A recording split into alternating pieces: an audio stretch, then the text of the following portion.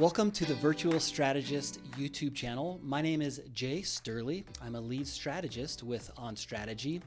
You're probably used to seeing Erica Olson on this video, but I'm making a few cameos in regards to leadership topics. And so today's whiteboard is on the 5 unproductive listening patterns and how to avoid them.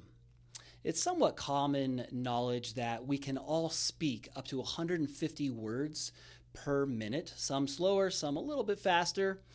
And we also listen at up to 800 words a minute. That's a vast difference. And so these unproductive listening patterns come from some of that disparity between listening and speaking.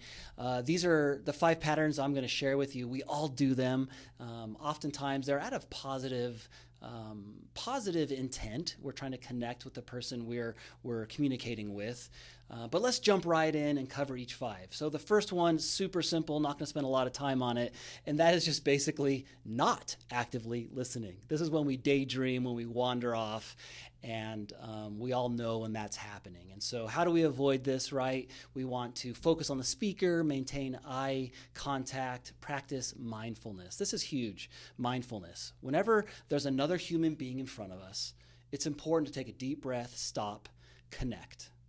Because how we listen demonstrates our commitment, our interest, and our connection with that other person. And that's what's most important in communication, is connecting, but also making sure we're understanding clearly what the other person is saying. So the second unproductive listening pattern is personal listening. I like to call this the me, mine, and I, right? This is when whatever the other person is communicating, we make it all about us. We interrupt and we say, oh yeah, I did this and I did that. And oftentimes, again, we're trying to connect with the other person, but we're cutting them off. We're making it all about us instead of truly hearing the other person. And that just shows, really, it can be disrespect. And it just shifts the conversations to ourselves, and that doesn't feel good. It just doesn't feel good when people do that, right? Number 3 is detail listening. This is all about we're so focused on the nitty-gritty details that we miss the large picture. So how this plays out is, hey, tell me about that meeting you had with Joe. And the big picture, as a person is talking, is that we just agreed to work on a project together to do strategic planning, but we ask as a listener, we say, well, when, how, did you ask this? Did you ask this? What about this? What about this? It's all the details. So it distracts from the overall message.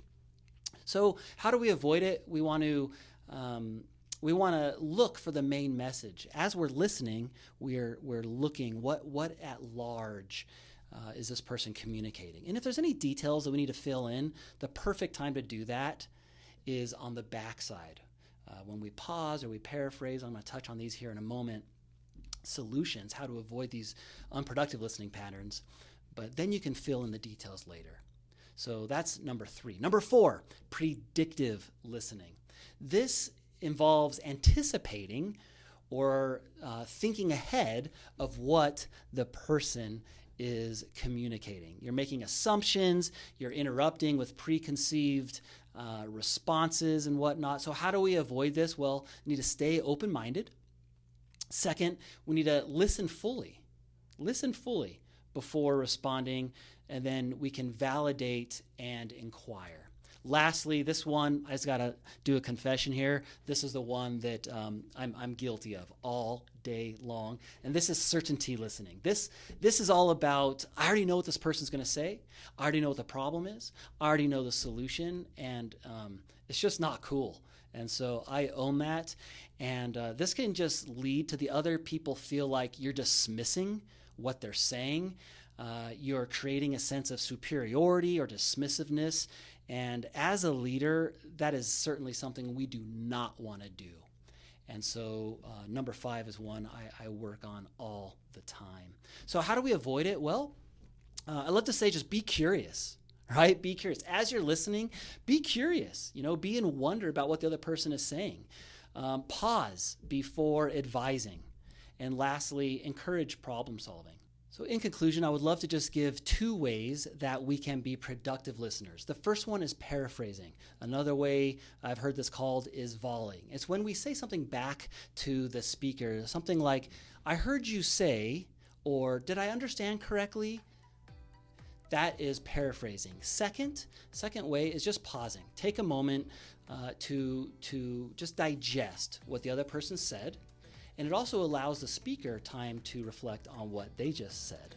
And so those are 2 ways to improve our listening. I hope this has been helpful to you. And if you like this video, I encourage you to share it and subscribe. Thanks and happy strategizing.